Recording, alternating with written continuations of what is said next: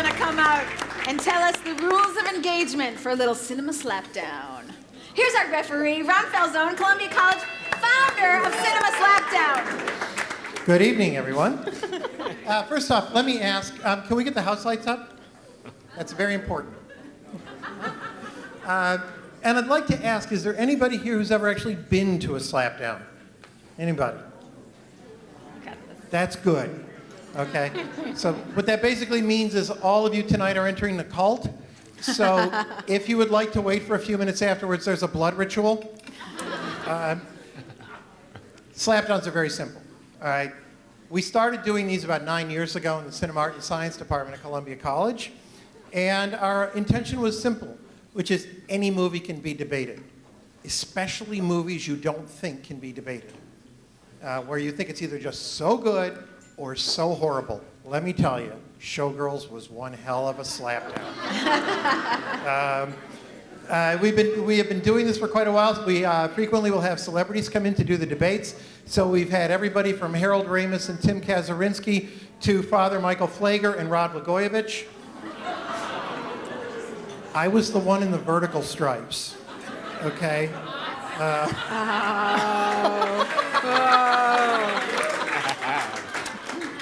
It was quite a night, I have to say. Anyways, in the fall, we will be doing Nightcrawler and American Sniper. Just go to the Facebook page and you'll find all the information. The most important information that everybody seems to ask about this is how much does it cost? The answer is it's free. Yay. We screen the film, we put two debaters up there, and then we do the slapdown. And here's what a slapdown is. Two sides. One side for, one side against. Each side gets to present their argument. I ask a few questions. When I think they're sufficiently pissed off, I go to you guys. And now you get to say whatever you want. You get to directly argue with anybody on this stage that you want to, but you get back and forth. And that's what makes a slapdown work. So think about it. And in order to do that, I'm going to throw just a couple thoughts about Sideways out there that you can think about while we're going through this process so that when we actually get to your turn, you have something to play with. First off, is Sideways an intelligent and thoughtful examination of the immaturity of the midlife adult American male? Or is it just another version of The Hangover with depression and rage thrown in so that we think it's deep? I would point out both movies have the main characters chased by a naked man. That's all I'm saying. All right, men, do you identify with Miles or Jack? And if so, why aren't you in therapy? Women, do you identify with Maya or Stephanie? And if so, you're pretty hot. What are you doing with these schlubs? Yes. And finally, and this is the key to me about this film, in the very last moment, Miles runs up the stairs at Los Olivos, knocks on Maya's door, blackout. What do you think happens? Think about that. Now, we're going to do it tonight with teams. Our two teams, first off, Team Sicilian. I'm going to introduce you, Yay. and I'm going to ask you to take, I'm going to ask you to take your places. This will be Team Sicilian. Okay. Team Sicilian, Joe Mantegna, Elysabeth Alfano. All right. All right. Slapdown. I'm ready. I got to take my pen. Elizabeth, mind you, has done this before. She did Hunger Games for us. All right. I sure did. Wasn't that perfect? And the next is Team Love Wine, which is Bela Gandhi and Jon McDaniel. Run up over here. Now, I am going to jump off the stage, which probably doesn't mean much to you guys. But I must inform you, the last time I did that in front of an audience, I broke my foot. They even heard the bone snap. It was really fun. All right. Now, each of you is going to get, each group will have 2 minutes to make your case. I will time you. That's why I have this beautiful watch. And I will inform you when your 2 minutes are up by blowing a whistle on you. My suggestion is keep talking till you hear the whistle, okay? So, first off, I would like Elizabeth and Bella to walk to the middle of the stage. All right. Are we going to thumb wrestle? No, you're going to. We're not that immature. Sorry. It's rock, paper, scissors. All right. All right. Everybody, I want you to give them the count. You ready? Okay. 1, 2, 3. Scissors. That was. Let's try that again now. For God's sake, I've got a 7-year-old at home who does this. Okay. Now I got to think of another one. Okay, it won't be scissors. You're going to do it on 3. Okay, both of you. So, Okay. 1, 2, 3. Oh, rock beats scissors. Oh, I'm sorry. So Mark. Team Sicilian, you go first. Okay, I'm ready. Tell Team me when you're Sicilian. ready. I'm ready. Sicilians in the audience, gather round. Okay. Okay. I have And 2 minutes. go. I loved this film. I loved this film because this is when I really got to know Paul Giamatti, and I think he does such a beautiful job. You saw in the clips, even his eyebrows, I mean, they just express to you the deepness that he's feeling. Someone's laughing, but that's not funny. It's true.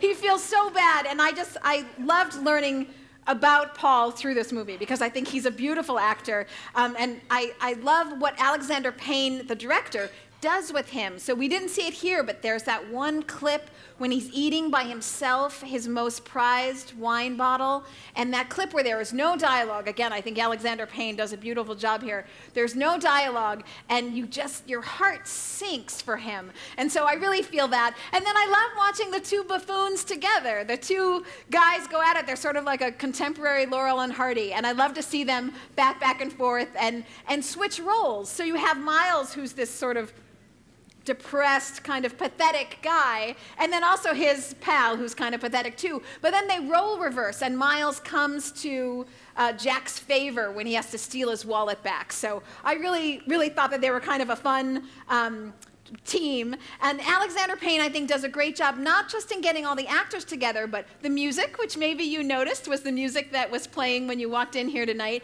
The music and the cinematography, he's got some great shots of them fighting in the vineyards. So I think the whole movie as a whole stands really well together. I also thought it was great writing. He won an Academy Award, if I'm not mistaken, Alexander Payne, for the writing. So I think it does a great job of showing you what true depression can be and how somebody can get in their own way. And it's like Miles is always getting in his own way. So I did have a couple issues, that, would the gorgeous Virginia Madsen really be going for him? But I'll let them talk about that. I love the movie. Oh, and I'll just say, only $16 million, which is a god-awful amount of money. Quit trying. Your 2 minutes are up, lady. All right. All right. Team Love Wine, are you ready? Ready to go. All right, and go. Well, first of all, when in Sicily, I was told never to argue with Sicilians, but I'm going to do it anyway. Very brave. So picture this. You have a middle school teacher, and he's very down on his luck, and he's divorced. And he goes and he meets his best friend, and they're going to go to a flower conference. They're going to go up to a flower conference, and they're going to meet a florist. And one of them is really into the florist. He's like, I'm going to bang every florist that I possibly can on this trip. And then the other one's like, but I am an orchid, and I only like orchids, and I'm delicate, and I need to be watered, and I'm only really into orchids. And then they go to dinner, and then they're going to stop outside, and he's like, you know what? If there's carnations on the table, you're going to look at those carnations. And the other one's like, if there's carnations on the table, I'm not watching any fucking carnations. I said that. The point is that this is not a movie about wine. It has nothing to do with wine. You could plug in anything, flowers, oysters, anything that has to do with going to somewhere and learning and tasting and looking at something. That's what it's really about. If you look at Merlot, for example, why does he not like Merlot? Is it because it's a bad wine? No. What was left out of the film by the wonderful Alexander Payne was that in the original book, it was because his wife, his ex-wife, loved Merlot. So anytime he drank Merlot, he'd be reminded of the ex-wife. Girl! And at the end of the film, when he's in the Santa Barbara version of Al's Italian Beef, what is he drinking? He's drinking a 1961 Cheval Blanc, which is 80% Merlot. Merlot. Bam!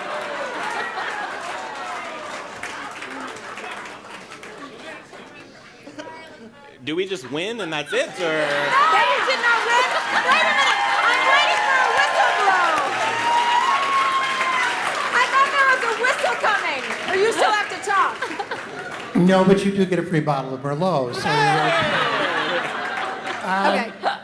well, all right. Now, that's an extremely good point that you're bringing up, which is something is left out of the movie that we need to know.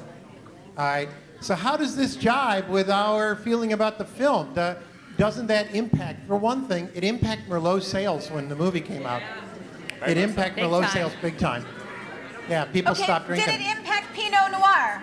Because I love the way he talks about the Paul Giamatti, Miles. I love the way he talks about the Pinot grape. It's really, he's talking about himself. How if people could just be more understanding and give him a little bit more comfort, he would really become a writer. And I love how he's such a tender, it's such a tender moment there. Yes, people love this movie, come on. It's such a tender moment there. And so I love that writing. And of course, how Paul plays it. I'll tell you what I got out of the movie. Go for it. I didn't see the movie. Falzone,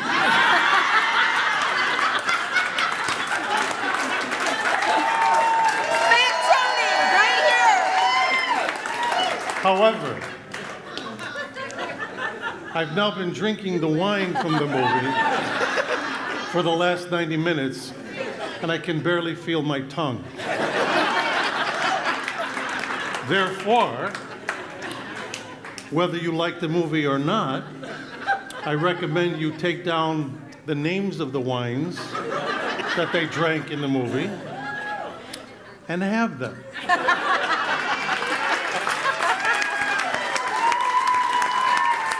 No debate there. No debate there. You know, you remind me of the student I had once who told me that the most inspirational movie he'd ever seen was Citizen Kane. And I knew nobody's favorite movie is Citizen Kane. So I just simply said, what was your favorite scene? And he looked at me and goes, well, I never saw it, but I heard it's really awesome. All right. Well, here's an issue that I have with this film, which is that this is, it's what I refer to as the King of Queens syndrome. That there is always this belief that most filmmakers seem to have that the dumpy, unattractive guys invariably get the hottest women. All right. Okay. That's what I want to hear. Would you like to say that so everybody could hear On it? our side. What? I didn't mean it. I've had too much wine. What did I? It's such bullshit. It's a fantasy. It's like the movie with the fat girl who gets the hot guy. You haven't seen that movie, have you, right? Men get everything. Oh, sorry. You shouldn't have given me this mic. I knew what I was doing, lady. Believe me. All right. Well, how many guys here? This is going to go back to the question I asked before. I want some hands in the air. How many guys identify with either Miles or Jack in this film? Anybody want to? I will admit that I do identify with one of them. All right. I'm saying that. Anybody here like to have the courage of saying you identify with them? Are you raising your hand or looking for the bill? Okay, I'm not sure. See, nobody wants to say they identify with them. And yet, is there anybody here who really hates this movie? No. Oh, I see somebody with their hand up back there.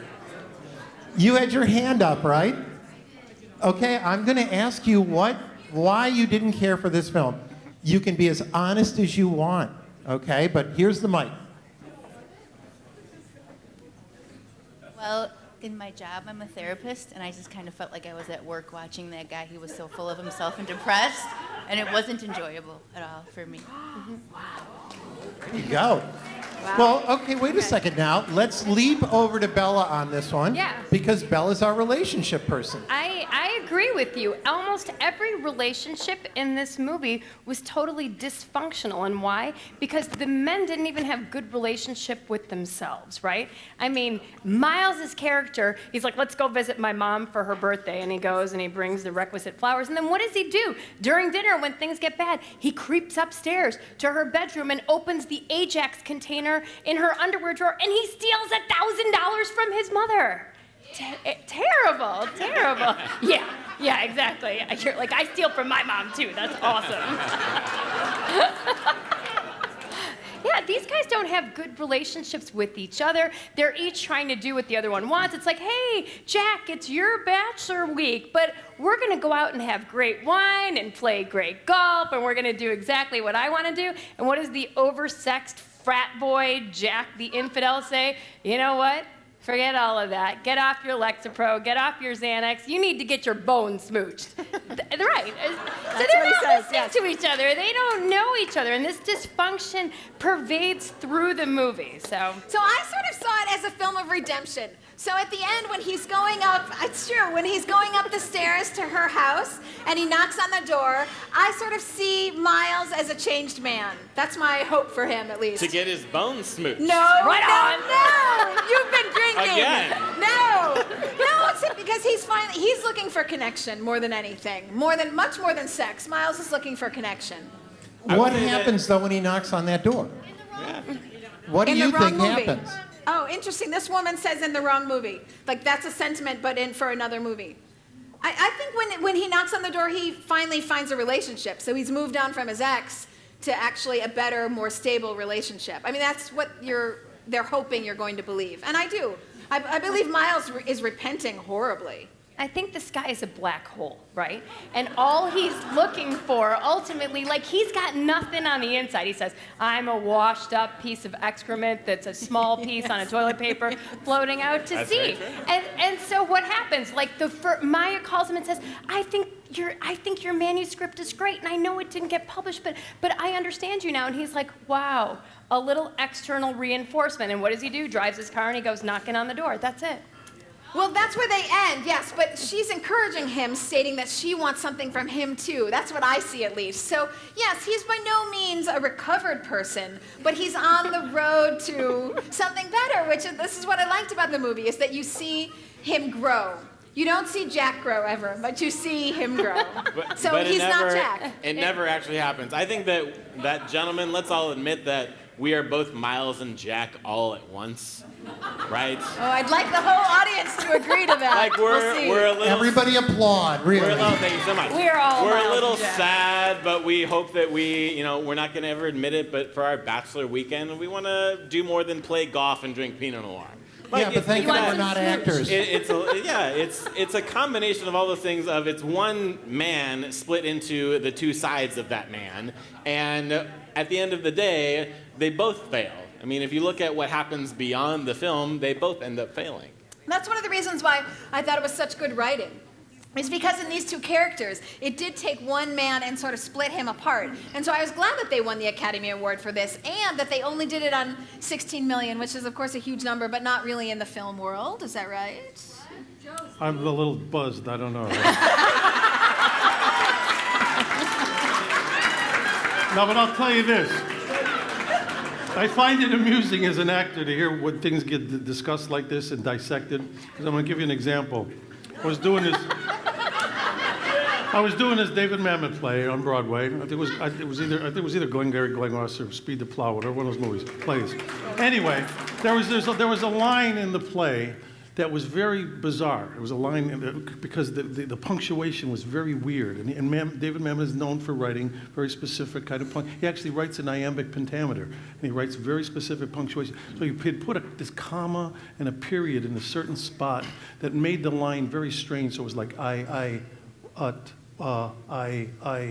and people discussed it. I mean, when they came to previews, there would be these discussions just like this. Oh, well, I think there was this. I think what he was trying to say here is this, and this. And there would be all these discussions. And finally, he showed up after like 4 days of this rehearsal, and I pulled him over. I said, Dave, all these people have been discussing this one line. Because you put this punctuation, you've got the period, comma, period. What are you trying to say? Everybody's been discussing it like pros and cons of what you're trying to say. He looked at it and he says, oh, no, I got that fucked up typewriter that when I hit the period, it makes a comma, and when I make the comma, it makes a period. No, none of that shit's supposed to be there. It like scratches it all out. And so like the line was now, see Dick, see Jane, run, you know. Which made me realize, sometimes it's not as deep as you all think it is. You know? Did you like the movie? Yeah. You didn't like the movie? Yeah. Very good. Cheers! The wine is excellent. Absolutely. And it is very true that all lines from movie and TV should not be applied to real life. I learned this the hard way once by taking a line from Fat Tony from The Simpsons, of which he said once, "My dear, in the strip club of my heart, you hold the key to the champagne room." And it was not a good thing to say to a woman because it, in fact, just goes bad. Yes. So don't use all lines from movies and TV Right. in your real life. Because they might have been messed And as up. Fat Tony also said to his possible wife, "I don't know whether to knock you on your kisser or kiss you on your knocker."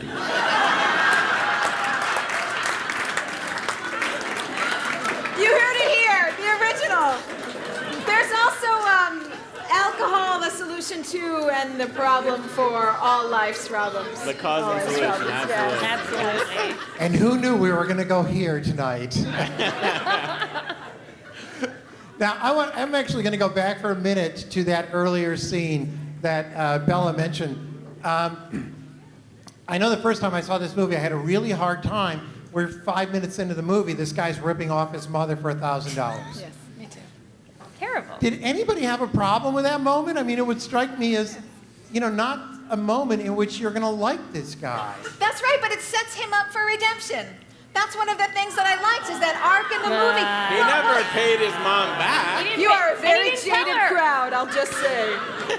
He could have left an IOU in the Ajax can. It seemed to me he had enough to be redeemed of as this movie went along without having to concern himself with ripping off his mother.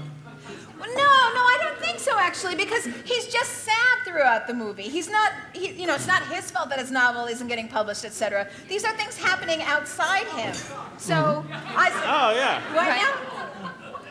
So I don't know. I thought it was great setup that Alexander Payne did of getting him off and then on to a better route. But here's the Yes, interesting thing drunkards. about this. Why was there not a sideways to the movie? There was a sideways to the book, but not the movie. Why is that? In Sideways to the book, Miles is now famous. He wrote a book, basically he wrote Sideways, and he's now famous, and he's going in a van from California up to a conference in Oregon, and he brings his mom along with. Jack is divorced, by the way, and Miles basically on the way up hits everything. So it's about Hits the every end of the vineyard, you movie. mean? Or- He finds a maid, so it's about Miles turns into Jack, so it's about the inner struggle of Miles when that fade to black scene goes. There's not redemption there. It's about Miles is finally getting the one thing that he truly wanted, someone to pay attention to him. So it's more debauchery. It's more debauchery. More debauchery. But that can't be made into a film because it ruins Miles. It ruins this, Miles is the sweet guy and all of it, but that was never what the character really was ever meant to be. Miles's best relationship will always be with his Pinot. With his Pinot. See, I think Miles sees himself Tagline. as Pinot. I think he sees himself as this grape that's not fully developed. Sure, and he That's never it. truly Developed. will be. He never Well, truly will I'd be. want to know, did the book Sideways 2 come out after the movie, or did it come out No, I think before. prior to the movie? After the movie. Okay, so it's really basically the author saying, look, here's what I think happened, the original author. It was the author's search for more money. Which, But here's the Go to interesting the Ajax factoid. can for Here's more the interesting factoid. In the first clip that we saw from Sideways, the guy that actually hit the golf ball at Miles and Jack was the author of the book, Rex Pickett, who's a very good golfer. Yeah. And we'll leave it at that. you did your homework. You were there during the filming, weren't you? 5 years after. Oh, you were there 5 years after? Yeah. Yes, sure. In 7 minutes, we got all that? Joe, can I have some of that? Yeah, there we go. We've got wine for you. Get this man some more wine. I'm Miss Sir.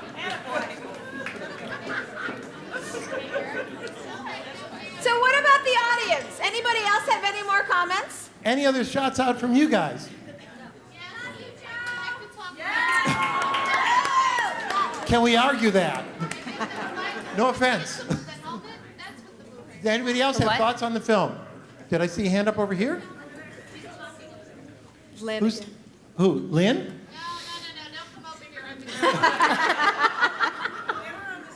have my own How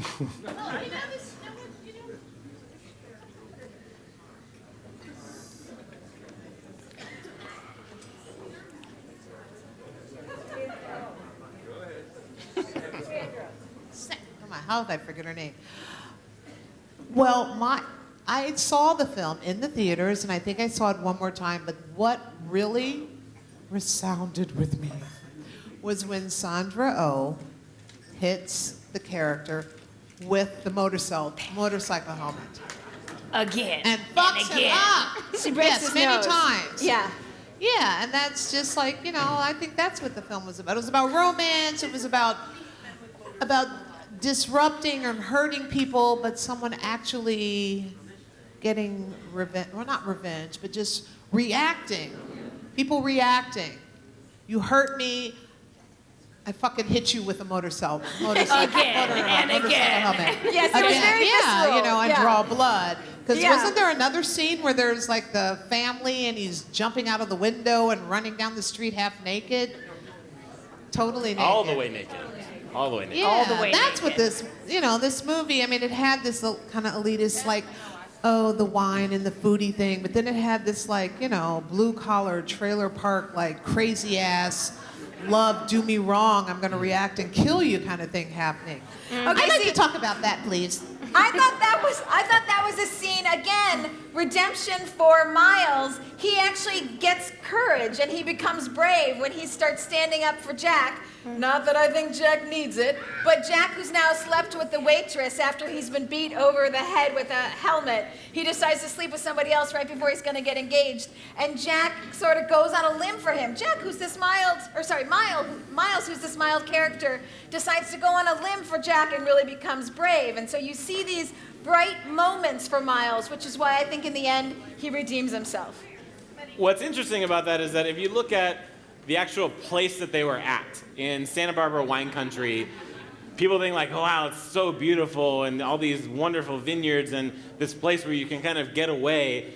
The majority of wine country is places like Lompoc where the waitress lived.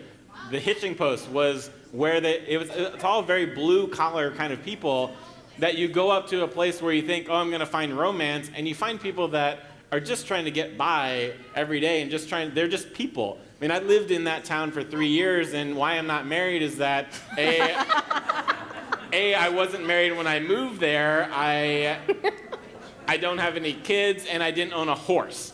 Those are the things that like preclude marriage in Santa Barbara County. So you need to have kind of all those things, but it really shows you of that place that the people that they were trying to get away from were actually the people that were there already, so you can't find redemption in the same place that you actually just came from. I want to close tonight's dinner party by saying I hope that there is a long line of women who are waiting for John, because this is going to be very, very fun to set him up. Everybody, if we can toast to our sommelier, Jon McDaniel. Thank you so much. Thank you, everyone. I'm going to do that too. Cheers. Jon McDaniel, as a reminder, if he's somebody you want to know, he's the sommelier at Acanto and the Gage and the Dawson, and you can find him there because he's working all the time. All the time. All the time. I want to thank Chef Not for Chris long, you'll be dating Garansky soon. for feeding us, doing such a great job. This is a lot of people to cook for. It's a lot of people to cook for and get the food out on time, and so I want to thank him and the wait staff who's been running around like crazy. So thank you to everybody there. I want to thank our love guru, Bela Gandhi, for being in the house and bringing people together. I want to thank everybody at City Winery because they really know what they're doing, and this is just a great place for us. We love to be here. Please take a look at your screens. A lot of people work on this show, so thank you to my crew who worked so very hard. Thank you to them. I want to ask Joe, you live in LA. You've been there 40 years? Yeah, about 40 About years. 40 years. Do you still consider Chicago home? Absolutely. I want to thank Jon McDaniel for being so gracious with his time and for coming tonight. So great to have him in the house. Okay, so wait a minute. I want to thank Ron Falzone for heading up Cinema Slapdown. We love him. Woo! was fun, and let's face it, it was. We take the summer off, but the next dinner party is September 14th. Tickets are going to go on sale in August. I will let you all know, or you can check it out on City Winery's website. We're the kickoff party for Expo Chicago, Tony Carmen's Expo Chicago. We're the kickoff party here, so we're going to have artist Hebrew Brantley and rock star photographer Corinthia West and Michelin star chef Philip Foss. And another celeb who's going to sneak on in, we'll be telling you about soon. So get your tickets in August to be here September 14th. My name